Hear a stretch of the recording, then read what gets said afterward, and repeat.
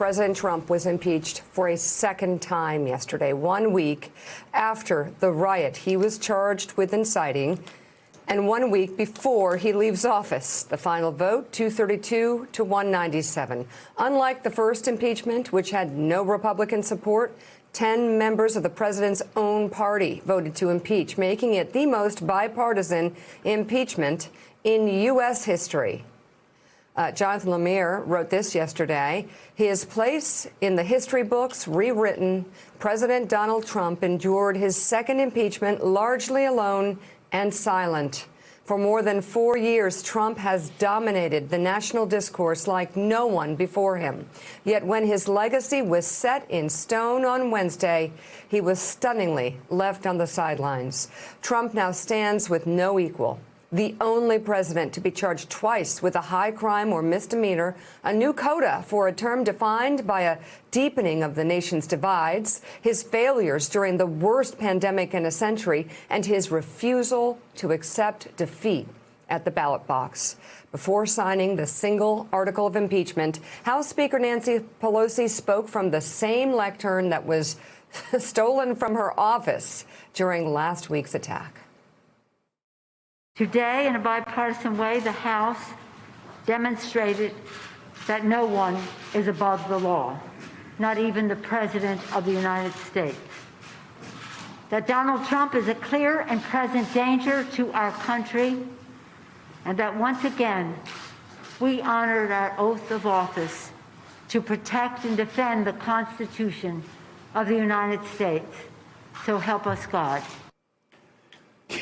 You can see this coming. As my professor in torts, Professor Pearson, said, you should be able to see this coming like a freight train out of the mist. Republicans should have seen this coming, that this man that played to the 40%, that played to the craziest elements of the party, was not going to be able to succeed politically on a nationwide effort. And he's lost the White House, he's lost the Senate, he's lost the House, and he's been impeached twice over the past 2 years. Lost the popular vote twice as well, for good measure. And Mitch McConnell obviously is very angry with the president for Georgia. I mean, he lost the Senate majority, a lot of people believe, including Mitch McConnell, for Republicans with his conduct, with his behavior, which the way he talked about the voting being rigged in the state of Georgia. That may have depressed enough votes to cost Mitch McConnell his majority. So, yes, he's not been a good influence broadly on his party. And Tom Nichols, that was on full display yesterday during the impeachment arguments, during the debate, when you heard, yes, there were 10 Republicans who voted for impeachment, most of those making very difficult votes for them. But the rest of the Republicans, it was a marathon of whataboutism. It was, well, Robert De Niro said something mean once about Donald Trump, so why are we impeaching? There were mean hashtags about President Trump. What about the riots in the streets last summer?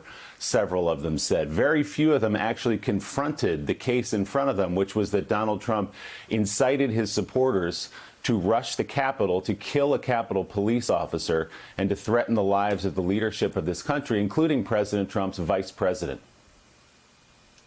It was a shameful display, and it was not just the final trajectory of a Republican Party that sold its soul to Donald Trump, but putting the Republican Party itself on display as an unserious group of people who are incapable of governing.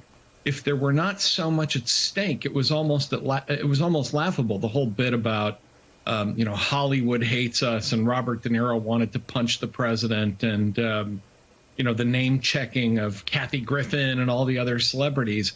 I mean, this is one of the most important things in the world. Impeaching the commander in chief, the most powerful man in the world, and the Republicans were complaining about it like they'd gotten a bad deal on a reality show, which is how most of them are treating it. So I think, when Joe says people should have seen it coming, I think this is the part where a lot of the folks who were never Trump early on warned everybody that it was coming, that all of us said this would be the end of the Republican Party.